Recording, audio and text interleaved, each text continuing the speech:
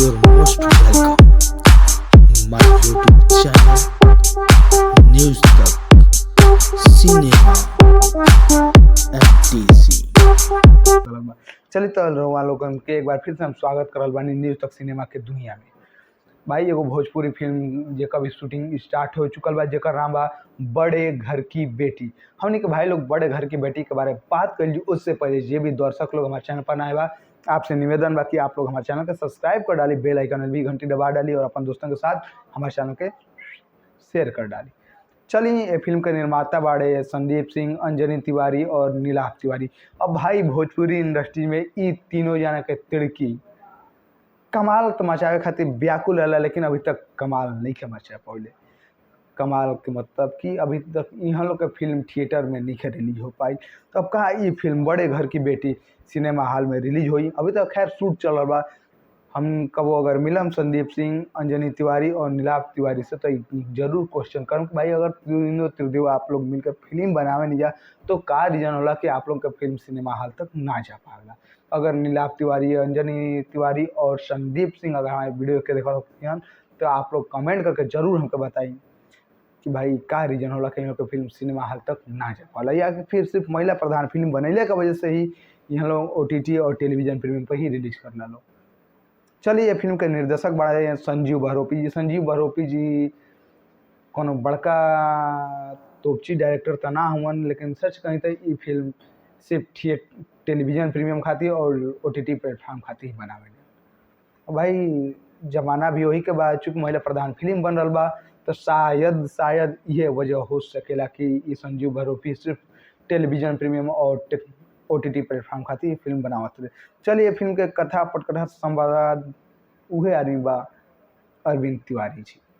भाई हम बतैले रहनी ऐसे पहले भी कई बार कि अरविंद तिवारी जी के भाई साल में इनका 20 गो कम से कम फिल्म करे के बा, और 20 फिल्म में गाना भी देवे बा, और 20 फिल्म में लेखनी भी करे बा, कथा पटकथा संवाद भी करे बा। तो भाई अब आप लोग सोच सकें कि जे बंदा साल में अगर 20 गो फिल्म करता तो फिल्म के कहानी और कॉन्सेप्ट कितना मजबूत दे सकेला। भाई आप लोग सोच के एक बार जरूर देखी ना कि भाई फिल्म बड़े घर की बेटी कितना कमाल लायक हो।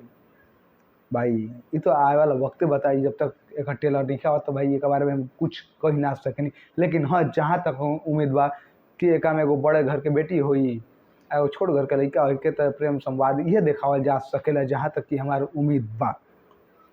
चलिए एक में छायांकन कर रहा बड़े विजय मंडल जी, गीत लिखल बड़े प्यारे लाल यादव, और भाई उनका संग वही आराम से साथ दिल बड़े अरविंद तिवारी जी। भाई ये दोनों जना कि अगर जब जोड़ी भी ला तो हम कई बार बता चुकल मैंने कि संगीत देवे के काम एक ही आदमी के आवेला नाम, जिनका नाम है ओम झा। अगर भैया ओम झा का संगीत बा तो भाई बखूबी एक में एगो दूगो गाना ओम झा के आवाज़ में मिली। लेकिन भैया ओम झा इहो गलती शायद एगो फिल्म में करी हैं कि ना करी हैं। हम तो भैया ओम झा से अगर हम एगो सवाल करते हैं, भैया ओम झा का जरूरत रहा भैया तरह के कि हर फिल्म में तू अपन जैसे संगीत देता जो फिल्म में एगो तरह गाना गावल जरूरी रहेला। भाई कम से कम युवावन के मौका दो, बढ़िया सिंगरन के चूज करो।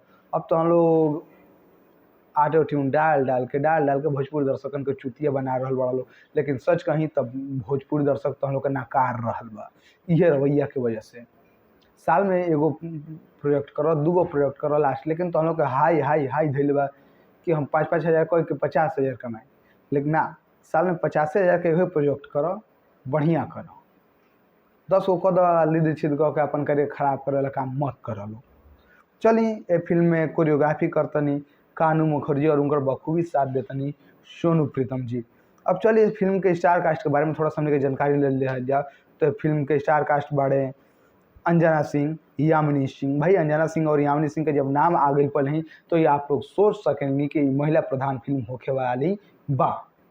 अब भाई संजीव बहरोपी महिला प्रधान फिल्म लेके बने तो भाई आप लोग सोचिए, एक बार सोचिए कि फिल्म थिएटर तक ना जा सकेला, काहे कि भाई महिला प्रधान फिल्म के लोग देखल पसंद ना करेला।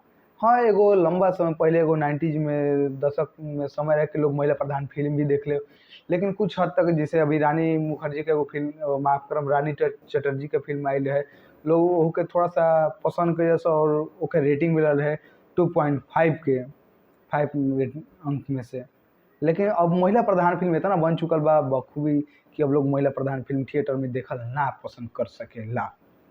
तो भाई चलिए का में बाड़े अविनाश शाही, राकेश बाबू, संतोष श्रीवास्तव, प्रेम दुबे, कंचन मिश्रा, सोनाली मिश्रा, भूपेंद्र सिंह, अंशु तिवारी, सुरेश यादव, गोपाल चौहान जैसन स्टार कास्ट नजर आ सकेलन। अब देखे के बाकी फिल्म कितना कमाल मचा रहल बिया भाई, कितना धमाल मचा रहल बिया इ त आगे वाला वक्त ही बताइए। अभी तक फिल्म के शूट पहला शेड्यूल शूट चल रहा बा। तो भाई फिल्म शेड्यूल शूट के बारे में हम बताई, अगर आप लोग जानना चाहते नहीं तो यही से कहनी भाई हर चीज़ के बारे में हम आपको लोगों को बतावे नहीं। आप लोग हमारे चैनल को सब्सक्राइब कर ली, बेल आइकन में भी घंटी दबा दी। बार फिर से कहनी है रहुआ लोग के, बाकी हमके दी इजाज़त और वो लोग ऐसे ही देखते रही न्यूज़ तक सिनेमा। नमस्कार।